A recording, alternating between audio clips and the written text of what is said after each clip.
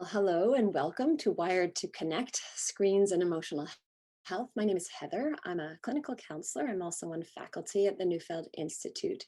And I'm a mother, most importantly. I have a 16-year-old son and a 21-year-old daughter. And my daughter was coming of age just as digital technology was really becoming normalized and ubiquitous in the peer culture. So I've been always interested in this subject.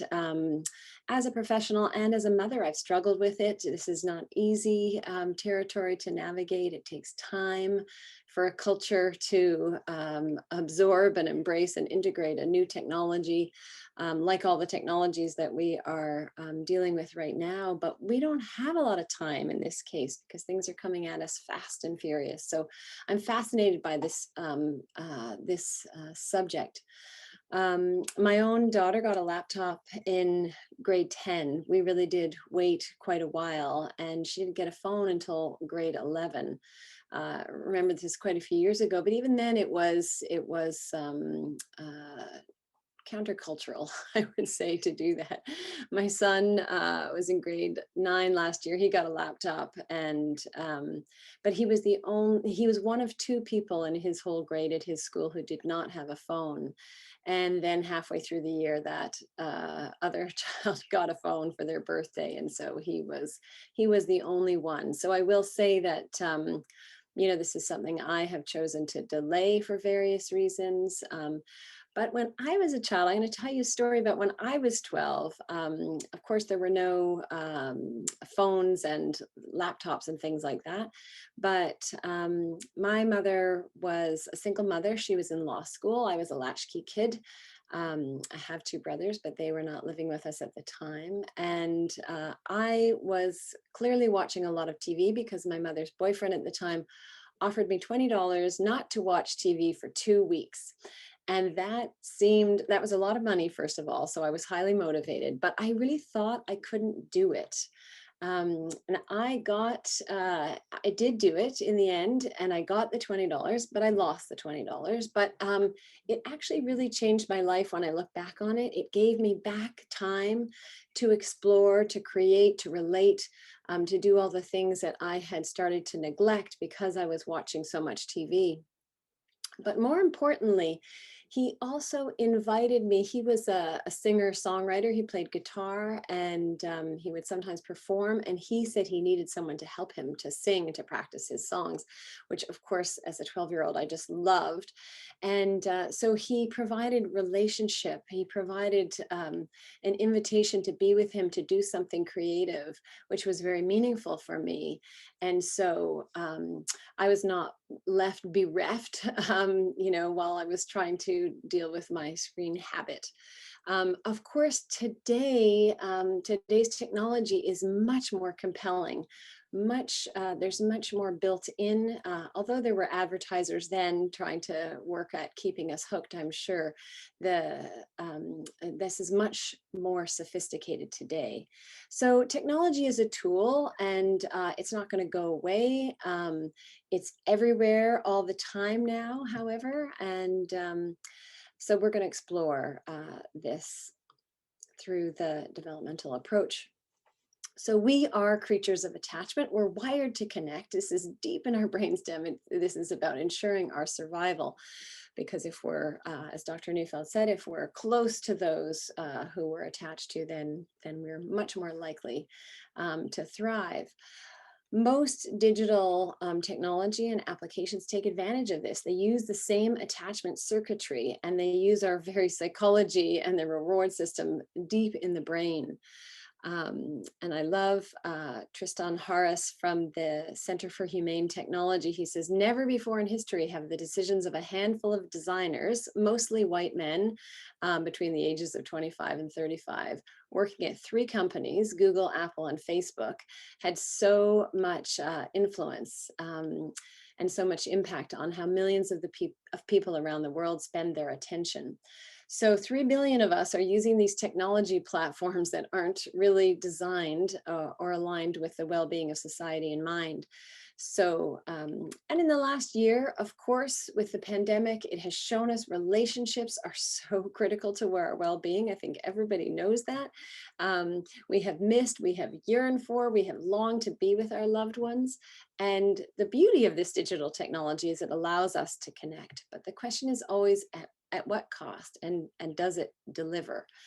And certainly during the pandemic, our content consumption on our digital devices has been at an all-time high.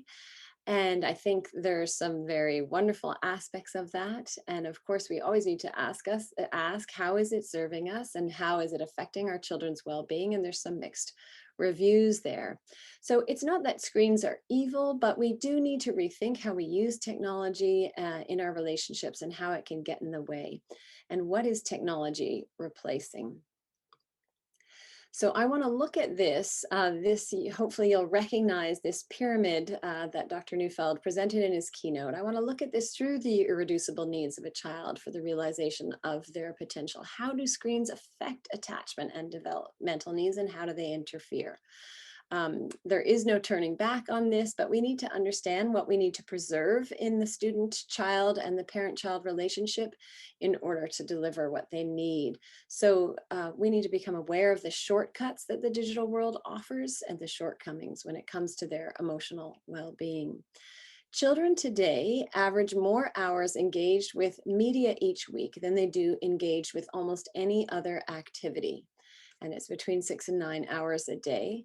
And of course, there is a growing body of research that points to the relationship between media use and depression, as well as anxiety, suicide, other things. I want to give a little spoiler alert here that you may feel guilty during this hour. Whenever we look at and understand what our children need from us, we will also see where we fall short. And especially in this realm, I think most parents I know, my friends, people I consult with, teachers, we're all struggling with this and trying to figure it out. So we also need to be compassionate with ourselves. There is a lot of money and research going into luring us and our children to keep them on their devices. So again, the screens are a tool, and the challenge is to figure out how to use it that way. And can we become conscious of I like to think of it as our digital diet. Can we distinguish what is nourishing to us, truly nourishing, and what feels nourishing, but is actually just junk food or empty calories? There's just such a cornucopia of options out there now in all the ways that we can use our technology, but our brains can't compete with the most sophisticated artificial intelligence on the planet, which is now being directed at our brains to figure out how to get us to stay on our devices. So here is a Buddha with a cell phone, and you know, the smartphone particularly was a critical player in the evolution of our relationship with our digital devices. Most of us check our phones 150 times a day. And 53% of people wake up once in the night to check their phones, and 60% check Facebook while making love. So what are we seeking? This is quite something to me when I look at those statistics. How do we stay close when apart? That's the fundamental question, I think, that a lot of these digital devices are answering.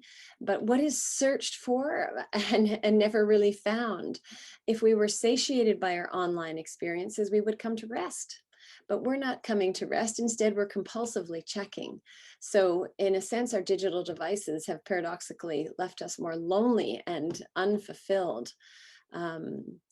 So what is the problem with cell phones? Well, of course, you know, this isn't what our children need, and it won't deliver the fruit of maturation, and it often gets in the way of what they need. It's much easier to consume on our digital devices than it is to connect. So Sherry Turkle, one of key researchers in this area, says paradoxically, the technology that offers so many new ways to connect to each other can also make it harder to find each other. So the challenge is that we get this hit, like a dopamine hit, the neurochemical dopamine that makes us feel good. It makes us think that we've made a connection when we get a like or a text, or even when we click on a link on a screen, it gives us a little dopamine hit. And the challenge is that hit makes it such that we are no longer hungry for the things that are going to truly fill us up. And it provides a fix, like some junk food, but it doesn't really fill us up in terms of our true needs. So it makes it easy and possible to stay connected while we're apart, but it's only providing this quick fix to this most distressing human problem of all, about facing separation. And so many people call this the information age, but Dr. Neufeld has often said it's the age of digital connectivity, where these are especially our adolescents are using these devices and repurposing them, not for education, not for information, but to connect, and many times with their peers, not with their elders or their grandparents or their parents. So are these designed, again, our child psychologists asking what would be best for the needs of our children? No, their engineering teams are designed to say, how can we keep people hooked to their devices? Because these devices, they are making money by how much time we spend on. We are not the consumers of this. Well, we consume it, but we are really the product that they are selling. Our attention is the product that they are selling to companies. So phones are a little bit like slot machines. And part of the reason for that is because they offer these variable rewards. And this is not just phones, all of our devices. So these variable rewards, we don't know when we're going to get that like button, when we're going to see that photo that we were, interested in, when there might be that one email from that one person that we're really hoping to hear from. And as we get these rewards intermittently, that is a powerful and potent driver to check them compulsively. Because we're never sure when we're going to get that dopamine activating prize. And so this is driving our compulsive behavior, and the fact that we have a hard time putting them down, our devices, is by design. Because a person checking addictively is worth more. So what is it about smartphones? They were first introduced, if you can see in this chart, that they were first introduced in 2007, but by 2015, fully 92% of teens and young adults own smartphones. And so in 2009, most teens were not on these platforms every day, but by 2011 they were. And most of the research, interestingly, is pointing to this time period being a transformative period for teen mental health. They often call it in the research, but of their emotional health. Now, this could very likely be correlation, not causation, but it's really interesting how the statistics change before and after this 2-year period. So in 2017, a study of over 500,000 8th through 12th graders found that the number exhibiting high levels of depressive symptoms increased by 33% between 2010 and 2015. In the same period, the suicide rate for girls in that age group increased by 65%. The suicide rate of preteen girls between the age of 10 and 14 increased by 151% in that same time frame. So that's significant numbers.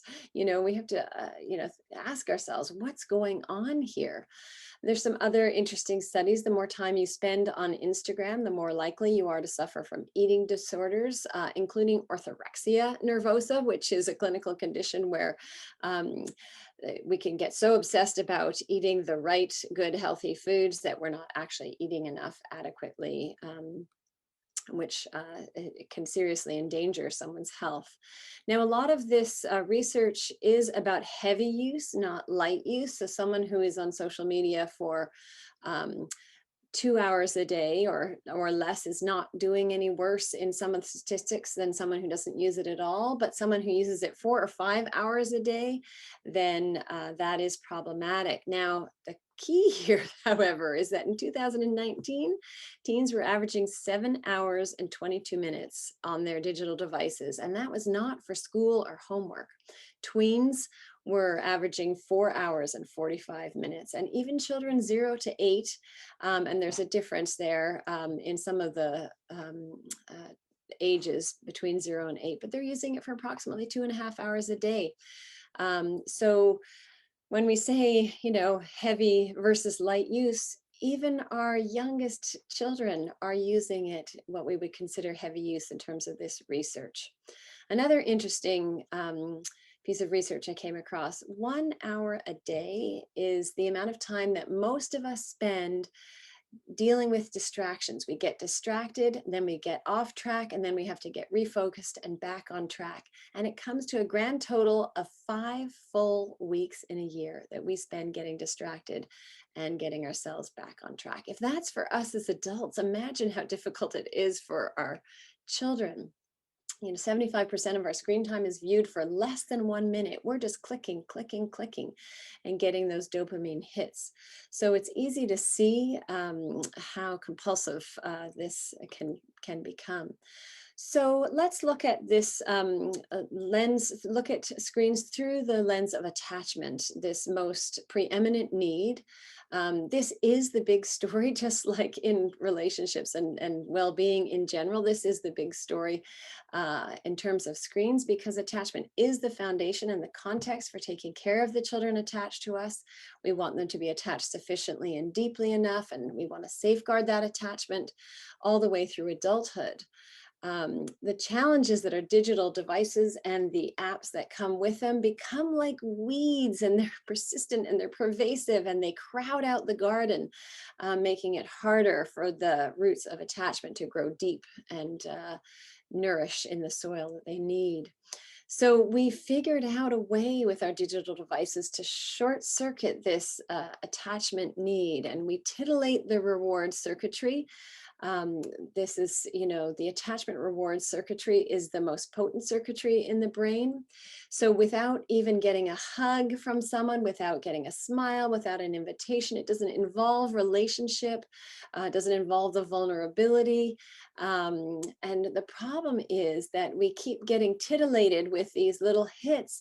But again, then we don't go for what we really need, the true relationship fill. And so we can have a kind of psychological starvation. There's no growth, there's no maturation, there's stuckness in its place. Also, attachment in terms of the digital world is skewed often by a flight from vulnerability, because the digital world is a highly wounding place. And so the temptation is to not feel as much, to protect ourselves. The brain won't stand idly by if it's being wounded.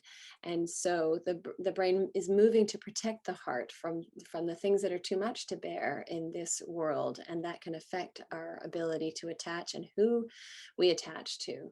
And it's just also distorted by peer orientation, which is the subject of Dr. Neufeld's book, Hold On to Your Kids. And we'll get to that shortly. So this is an image of the attachment roots. Hopefully you'll recognize this. We want to see that beautiful lush growth and flowering on top of the soil, but underneath these roots, that's the foundation for attachment. And every single way of attaching is nature's answer to staying connected, particularly when apart. And so how do we stay close? We want a strong root system. We want to be attached. We want our children hopefully to be attached at the deepest level, to be known. We want them to share their secrets with us. Of course, I remember when my children, they would use the computer for something that they knew they weren't supposed to, but because they're attached at that deep level of wanting to be known, they would eventually come to me and tell me about it. Mom, we did this, so that enabled me to know what was going on in their world, and, to be in relationship about that. So if a toddler can't be with their parent, then the attachment roots answer that they can be the same as. So each level deeper, if they can't be the same as their parent, well, at least they can have a sense of belonging and loyalty. And the deeper we go down into these roots, the more vulnerable they are. But it's the deeper roots that satisfy and nurture our innate human drive to connect. So we want our children to be deeply rooted, and the more deep their emotional connections are, then the less inclined they are to engage in superficial connection, the attention-seeking kind of behaviors on Facebook, on social media, those kind of things. So we want our children to be eating at our table, and we want to nourish them. They're less likely to eat elsewhere. If they're eating elsewhere, but they are truly being nourished at home, then it's not such a problem. But if they're not being nourished at home, then this can be a big problem. So looking at this aspect of peer orientation, as I spoke about, Dr. Neufeld covers this in his book, but this is the idea that a child would get their bearings and take their cues from their equals rather than their parents, their teachers, or their elders. And then the children revolve around their peer groups or peer culture, and then therefore they're pulled out of orbit from the adults who are responsible for them. So they're seeking their proximity needs primarily in non-hierarchical, flat-lined relationships rather than the hierarchical or family-based relationships where they're adults that they're looking to be their answer. Now, digital devices favor these peer attachments because often the teens or the children are more adept at using these than those of us who aren't digital natives. And the easier it is to connect, the more likely they are to become attached. Children under age 14 spend nearly twice as long with their tech devices as they do in conversation with their families. That to me is a sad statistic. So again, this is going to erode the hierarchical relationships that are required for raising healthy children and for healthy development. So it's not that all friends are bad, but the question is, do they deliver your child back to you, or do they take them away from you? Are they competing with your relationship? Our adolescents, they need to be ours. They need to still want to spend time with us. They still, we hope that they have some of our values, take their cues from us, hold on to us even when they are with their friends. We want to be careful about putting digital devices into the hands of our children if they are largely peer oriented, because that will just take them further away from us. So if we look at the attachment roots, again, we can face separation in all the different ways that we can also attach. And facing separation, which is our greatest human threat, we don't actually have to experience it. We can just anticipate it. So if we think that we're not or we don't think that we belong, or we think someone's upset and we don't matter to them, that to the brain is as good as we don't matter to them. And so, of course, these attachment roots are hugely affected by a flight from vulnerability. And again, the peer orientation will increase the likelihood of facing separation because relationships are fickle. You're in one day, you're out the next. You're maybe cool one day and not so cool the next. And the impersonal nature of the digital world makes it more prone to wounding. Those who might be bystanders to the bully in real life, in the digital world, in that anonymity, will often become bullies on the internet. So our children are being wounded the more time that they spend in this world. So what is it, with this digital contact and connection? We're hungry for the connection, and it seems to provide this fix, but it's not really the fill. So it leaves them hungry, and that is part of the addicting nature of it. It does not feed the roots, but again, it's allowing the weeds to come in. Peers and other activities that will push away time for relationship and connecting, and the desire. So it's not a problem if their digital contact and connection is dessert, But if this is the main way of seeking contact and closeness, or getting it, then it's going to leave them hungry.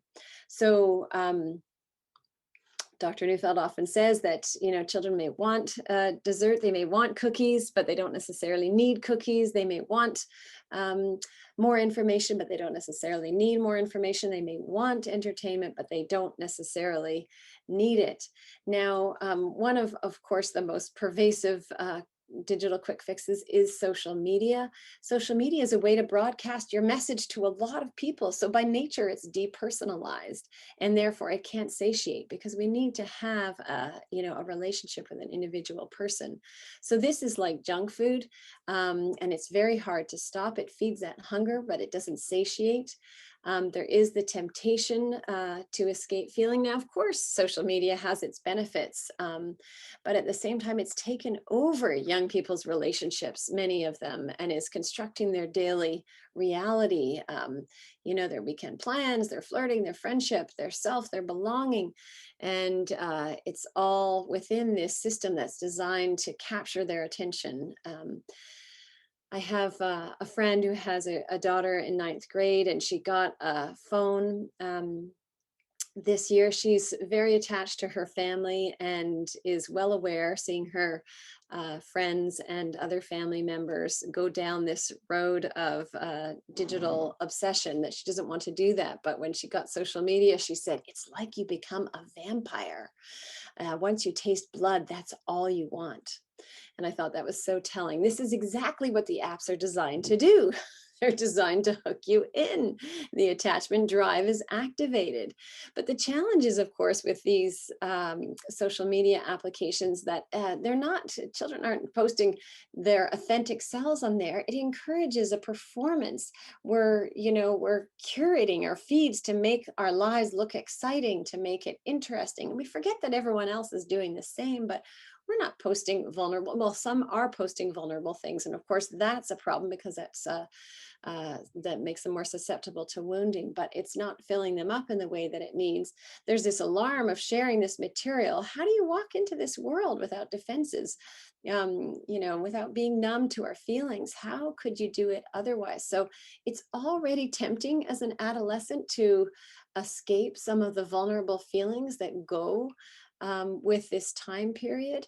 But so then we create these feeds of our ideal selves. And then even if we do get invited or form a relationship with someone, it's this ideal self that they're in relationship with, not us. And so it's not really a true invitation. So again, this can increase our anxiety and alarm. It increases the defendedness. It fuels the peer orientation. The best inoculation for against losing them to their peers in the online world is, of course, a deep and fulfilling relationship with the adults responsible for them. But again, this can erode the appetite for the real thing. So we want it to be dessert, like this yummy dessert image there. So can they take up a relationship with it? Can they reflect on some of these things? Are they able to recognize the temptation? If not, we want to move to caution about allowing our tweens and teens into this world. Now, as adults, we are meant to be the shields to the wounding world that they live in. The temptation, of course, is for the teens to replace their parents with peers. And if they do that, then they don't really have a shield, because children are fickle and changeable. They don't have that generous invitation. They don't have perspective and wisdom, and they don't have the ability to accept warts and all. And so we are meant to protect them from a world that's unsafe, that's insecure, that's alarming, that's full of separation and shame. But if we don't have their hearts, we cannot protect their hearts. So this is really important. And if we are replaced by their peers, then it's going to crush their individuality. They're going to move to more superficial ways of relating and move to protect their heart themselves. So The irony is that many children really do want to connect with their parents, but their parents are busy on their devices. And this has come out a lot in Sherry Turkle's new book, Reclaiming Conversations. So we need to remember also our own device use. Now, I just wanted to touch briefly on another quick fix, and that is video games. There are some very creative ones, but generally video games are not play. And again, the attachment drive here is at play. So it's this insatiable hunger for proximity, but proximity has become completely depersonalized. It's no longer about a person. It's just displaced into the drive for winning, for scoring, for getting to the next level, for placing, and there's no vulnerability in it whatsoever. So the reward circuitry, again, is being used in the brain, and this very powerful and potent circuitry is giving you the experience as if you had a connection with somebody every time you win or you score, at least a superficial experience of that. But again, it doesn't nurture, it doesn't feed the need, it doesn't satiate. And so something like this that doesn't titillates the reward circuitry, but it doesn't satiate, is going to become addictive. And there are many studies that are pointing to this, video games being more addictive than tobacco and alcohol. It does change the brain. They do brain scans and say that the brain is changing with all of this digital use, but video games. And it erodes the appetite, again, for intimacy, for intimate relationship. So again, winning is this fragmented fix, and they become, those fixes become more appealing than relationship in the real life. And you just need to talk to anyone who's got a partner who's a gamer, and you'll see there's many people who are complaining about their adult partners being addicted to this, let alone our children. So this is very different, video games, than making a video, making art online, doing something creative. We're in this insatiable consumer mode, very different from being creative in their world. So I want to show you now a video. This is an experiment that was done by Dr. Tracy Dennis Tueri in New York. And she drew on some old research, and some of you might be familiar with the still face experiment that was developed about 40 years ago. And they wanted to understand what happens when we're chronically disengaging with our children. And so they had a parent engage with a baby, their baby, for 2 minutes, and then they would have the parent just have a still face for 2 minutes. And it didn't take long for the child to become very distressed by this interaction. The babies would notice right away, and then the parent would try to reconnect. So in this case, this researcher did it with a phone, and you'll see what happens here, and then I'll discuss it. Okay. A mom comes into a laboratory. She's asked to scroll and type and focus on her screen just for 2 minutes. The videotape showing something maybe adults don't see when we're home alone. This is not about parent guilting, because parents feel so torn, and sometimes we have to get things done. This is 2.5-year-old Jensen. I think he's about to suss out that she's on the device. It takes just 15 seconds for Jensen to start his campaign to get Mom Melissa to look up from that screen. We have some other things we do, Mommy. We have some other things to do, Mommy. And he just walks away. Yeah. This mom is helping researchers replicate a study for us. She's doing something very difficult for her. Asked to keep looking down. And remember, just for 2 minutes. Come on, Mommy. He repeats the plea 7 times. We have another thing to do, Mommy. Mommy! You gonna listen to me, Mommy. Listen to me, Mommy. And here is another fact about. So it's a sad kind of story there.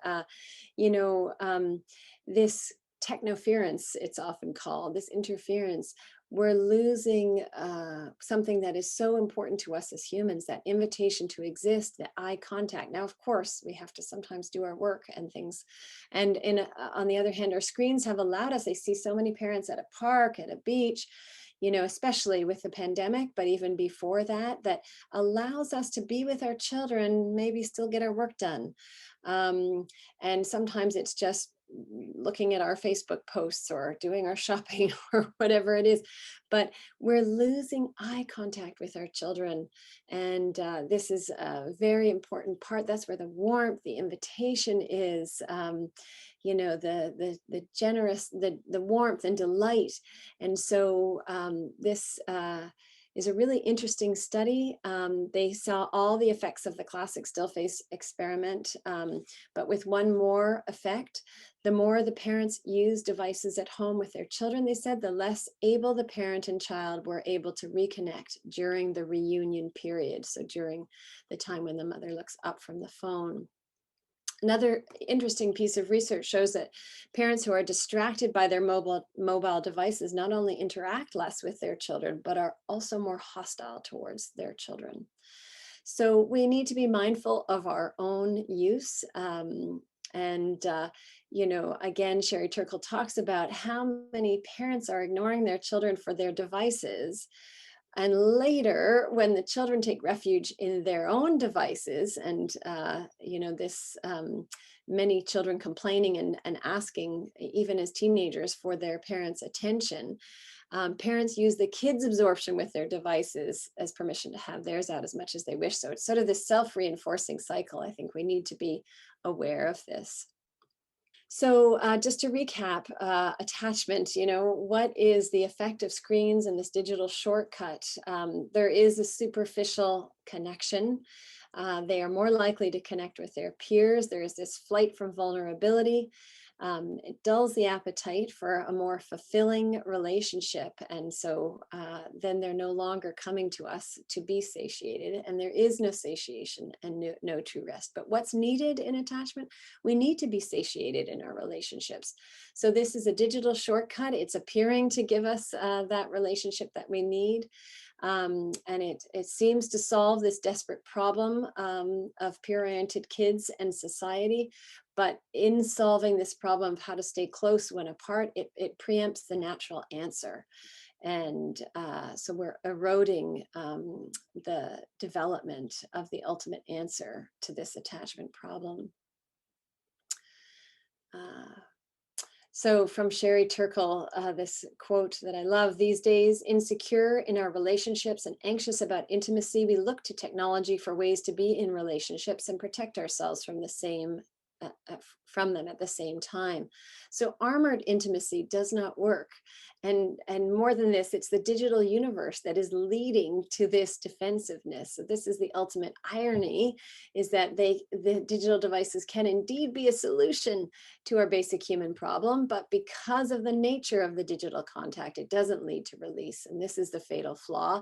The contact we get is enslaving us, it captivates us, it addicts us, but it does not give us rest. And for our children, of course, the story is more serious. It's interfering with the development of their attachment potential. Most of us didn't have these devices in the same way that our children do. So this is a giant experiment. So how do screens affect feelings? This second tier of this pyramid. Well, the other irreducible need of children is to experience their world in a vulnerable way, where they can feel the losses and lacks in life.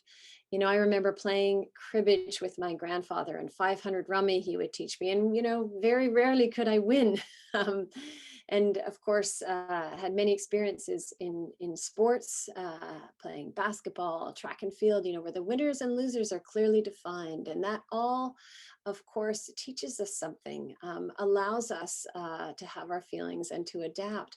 These small losses prepare us for the big upsets that'll be part of our life. The jobs that we can't get, the people that don't love us back, the constant reminders of the unfairness of life.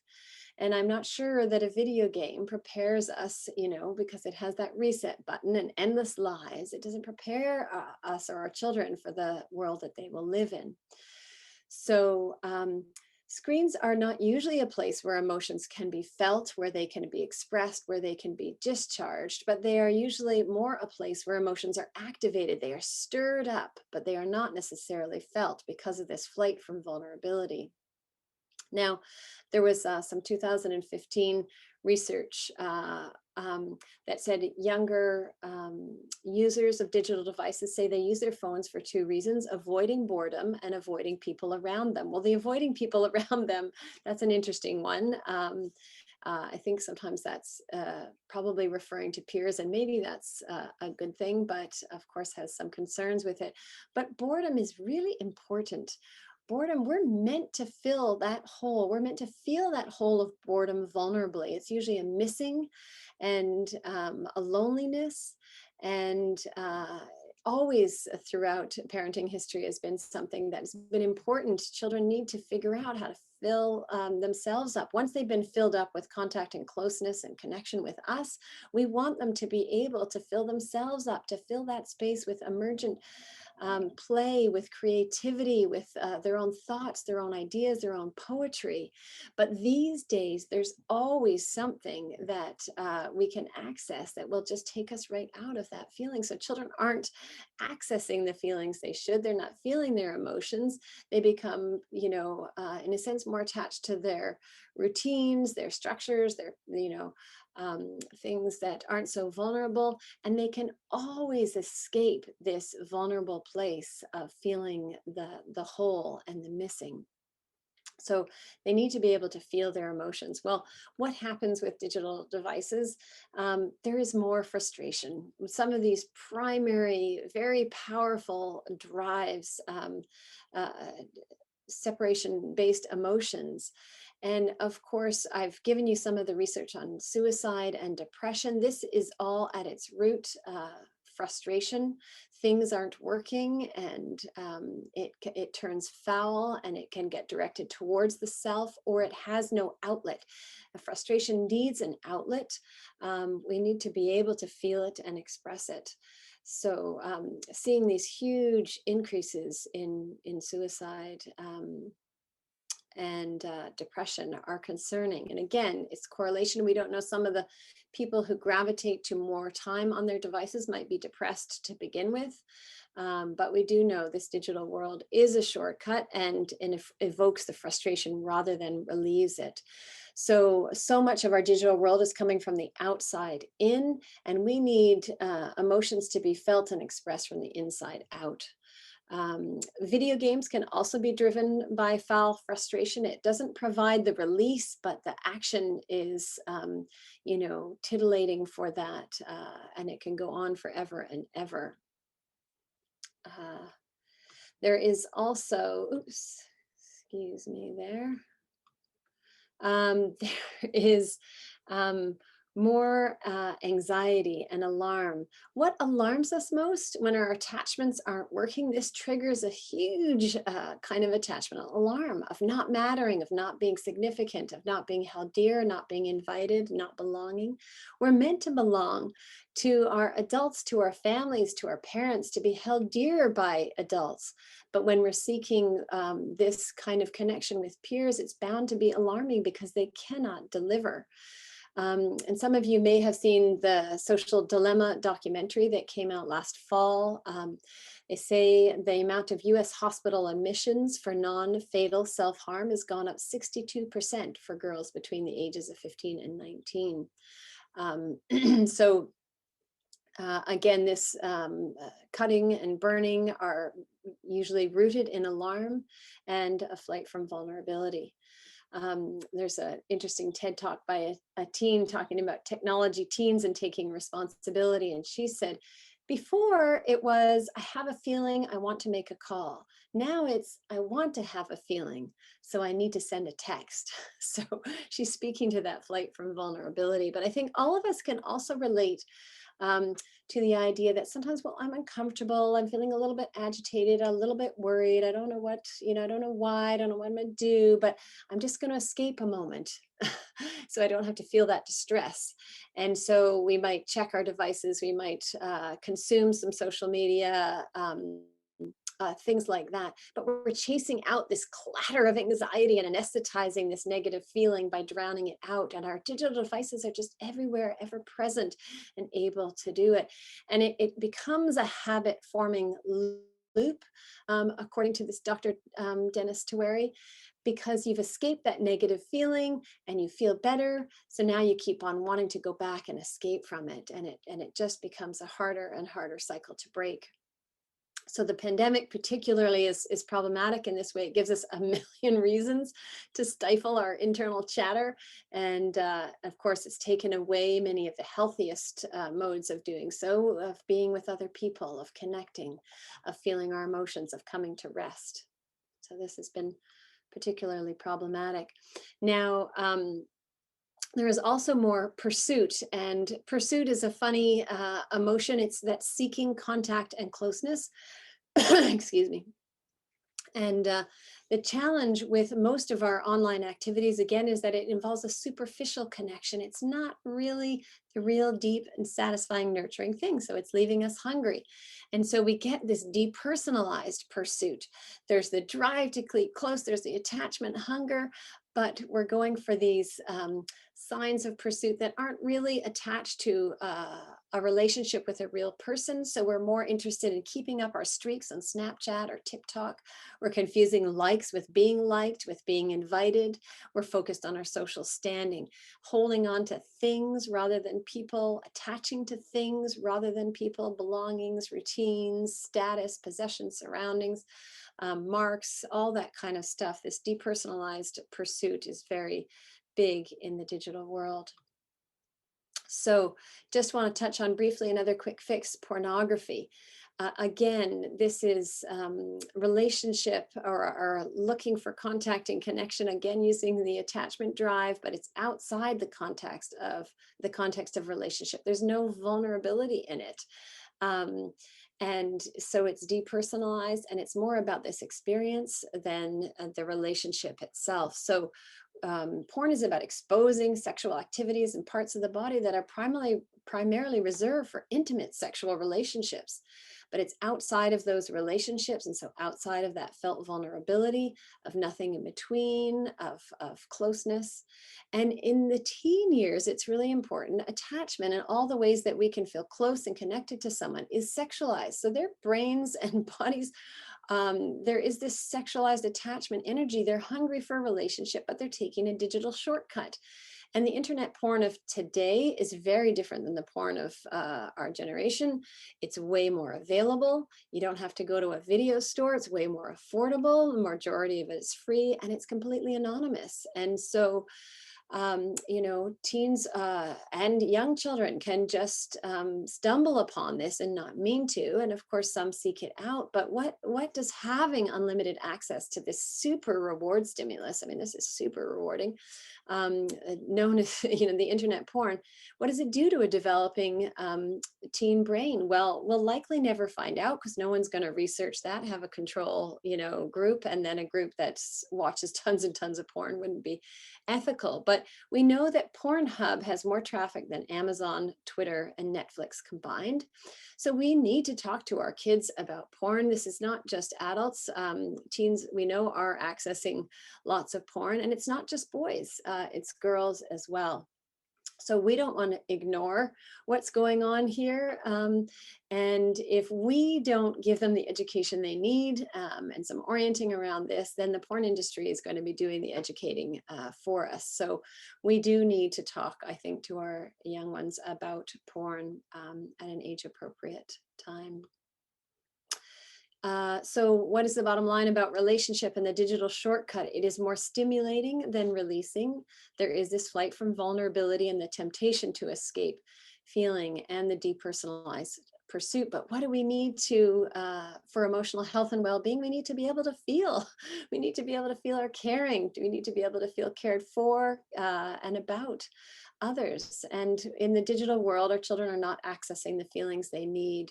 They're not feeling their emotions, and their emotions are hugely activated, but they're not released. And of course, the digital world is also a bully heaven. I had mentioned just briefly the element of self-disclosure, the wanting to be accepted, the exposure, and of course the anonymity of the digital world. There's lots of opportunities for bullies to take advantage of others. So how do screens affect rest, this very important element of emotional well-being? Well, as I mentioned before, the internet is really the world's largest slot machine, which is not very restful, and the smartphone is actually the world's smallest slot machine. So you never know what you're going to get, when you're going to get it, and how good it is going to be.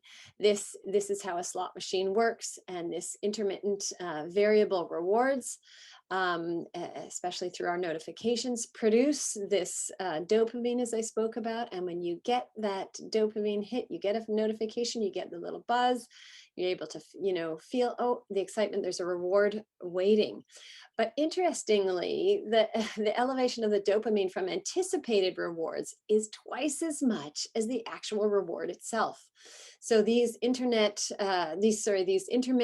reinforcements this is why they're so habit forming and addictive. And just the fact that we so compulsively want to check them means they're not restful at all.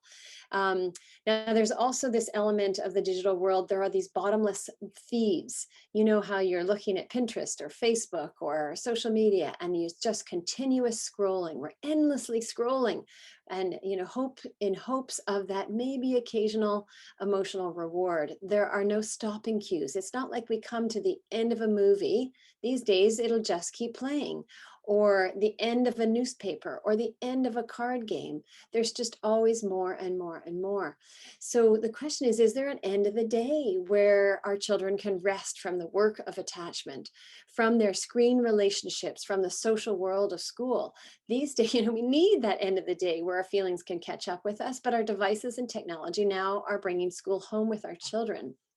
So we need to give their emotions and their attention a break.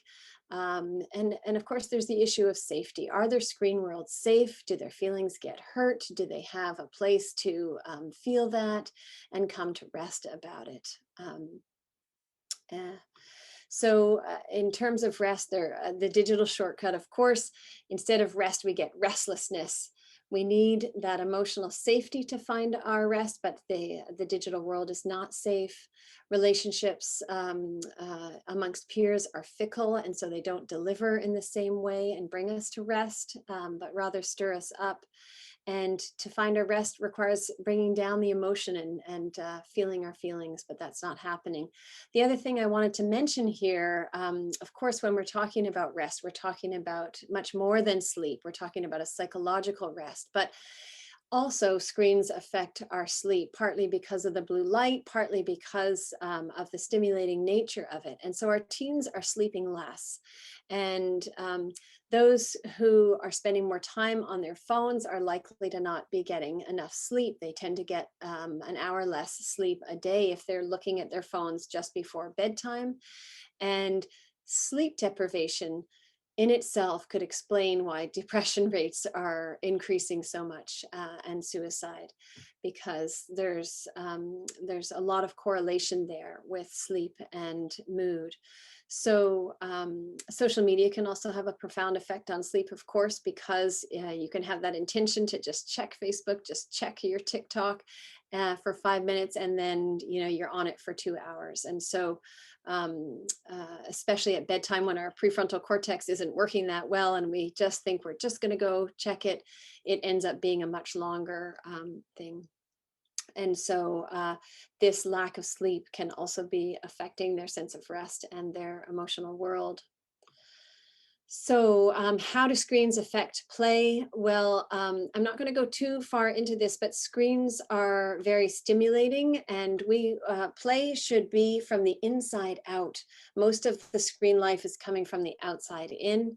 I do see a lot of children replaying what they see in the digital world, and parents often, I think, misinterpret that, or they really like that show. They really, they love it, but it's really, I think, often a replay in their emotional world of the scary scenarios, the things that they need to integrate. There's so much information, they need to play it out. So that's a good thing they're playing it out, but it's not necessarily a sign that they like and benefit from that digital consumption. So we're meant to be released from our attachment needs so that we can venture forth, fill the hole of boredom with our own emergent play, something from the inside out. But this is not happening with screens. So hopefully you'll watch Tamara's keynote on play and learn a lot more about this. Play should be a sanctuary for our feelings, but of course, and remember that video games mostly are not play, they're outcome based, they're working at a level. And as soon as the winning is involved, it's about performance. Just like with social media, we're curating the image and the life. This is not play. But are they expressive? You can use the digital devices for expressive things. They can create, they can play with words, they can play with or create music. But it needs to have a beginning and an end rather than this endless, bottomless feed of scrolling and playing and posting and Snapchatting with streaks. That's a very different thing. So the digital shortcut with play, we can lose our play to the stimulation and entertainment. Again, it crowds out, it becomes like a weed and takes the space that play might otherwise fill. And we can become outcome driven, but we need to experience our true play. This is where children can develop their own ideas and become their own person. But instead, they are being constantly barraged by images of other people. And they need to develop their own sense of agency here and be an actor in their own world. So given all this, what do we do about it? This is a difficult world for all of us to navigate, but I want to leave you with some guidelines and practices to safeguard our children's emotional health. And this is whether you are a parent, a grandparent, a caregiver, a teacher, a counselor, a coach, a mentor. Now, the key is to know is that studying all this and how it works doesn't change how susceptible we are. It doesn't mean if you use it, you're going to be immune to the effects of it. So in a sense, we shouldn't feel like it's our fault when we feel addicted to our phones and devices, because again, there's this huge research and AI directed at our brain to try and get us there, to predict us to what is the perfect thing that we need to get us to stay on our digital devices. But for the immature, even more so. I know my daughter and I have tried every year, we have every year during the wintertime holidays done a digital detox. We've done this for, 6 or 7 years. But interestingly, over time, it has gotten harder and harder. And this year I found it really hard to do 5 days without screens because so much of our world is on screens. And so how do we put the limits on and have some stopping cues so that we're not just engrossed in these bottomless feeds? So we need to look at the answer through the lens of what children need, of course. What do we need to do that's in the best interest of our children? Well, rituals of connection. These are really important to preserve the relationship. And one aspect I really think we're falling short on as parents is we need to stay in the lead of this. I see so many parents saying, oh, well, everyone else has one. Oh, well, they're begging for it, all that.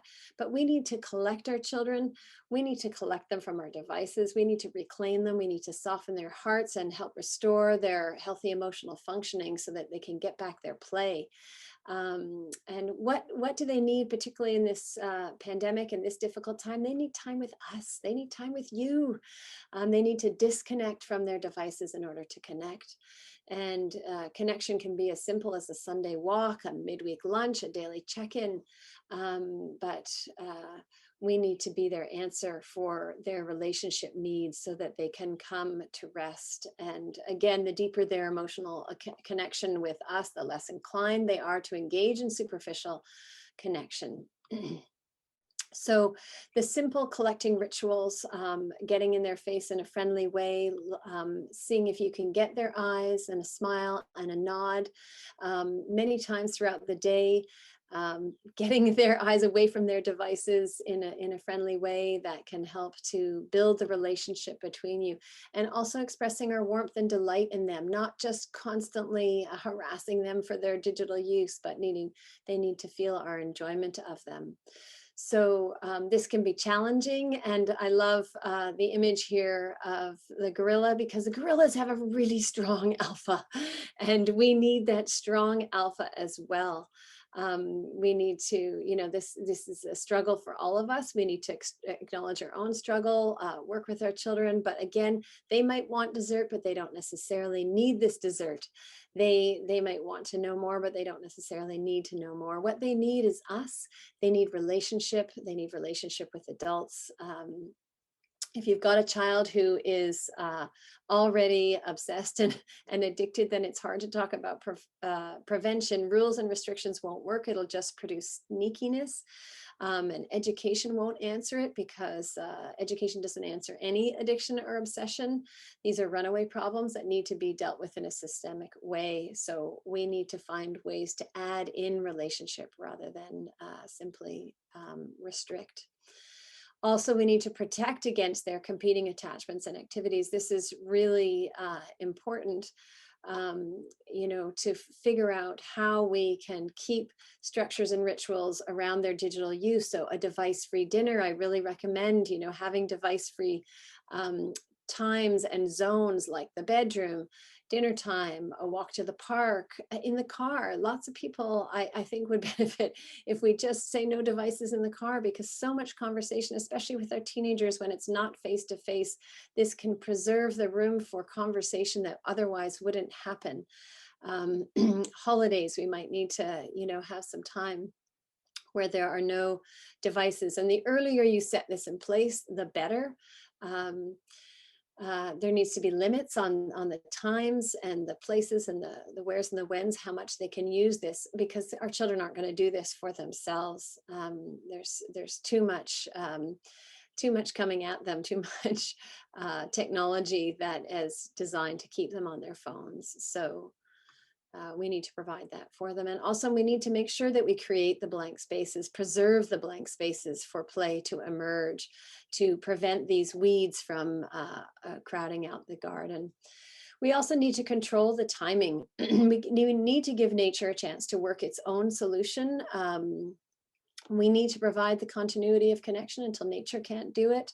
A 2 or 3-year-old, I get so sad when they're sitting in a stroller playing with a device, when really they would just be entertained by looking at the leaves and the wind. They could play pretend, hide and seek, catch, tag, snuggle. There's all these things that digital devices are taking the place of, just regular rough and tumble play that they need. So we need to slow down the introduction of digital devices until after this capacity for emotional and psychological intimacy has developed. Until they can hold on in all those different ways, those deep attachment roots, so that that is fully developed before they go out into the world. There are many organizations that are doing some really creative work around this. There's an organization of teens called Log Off. They are teens who are interested in their relationship with social media. There's another organization called Wait Until 8th, saying wait until at least 8th grade to introduce a phone. The Commercial Free Childhood, Center for Humane Technology, many organizations doing really good work in this way. Many parents, many actually teenagers who has said enough with the digital devices. So we're sort of seeing the other end of this curve where people are fed up with their devices. But we need to be concerned with the timing.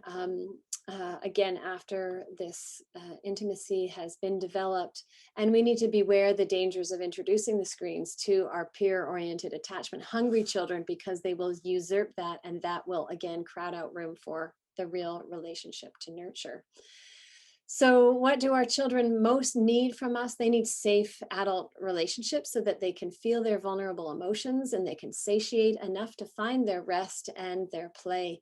We need to preserve this for them with the screen-free times and zones. Start early with this. If you wait until they've already gone whole hog with their digital devices, it is much harder. And can we manage our own use so that we are present, so that we give them our eye contact, our generous invitation? Can we put our phones out of sight? Even if a phone is in the room, turned down and off, that will affect.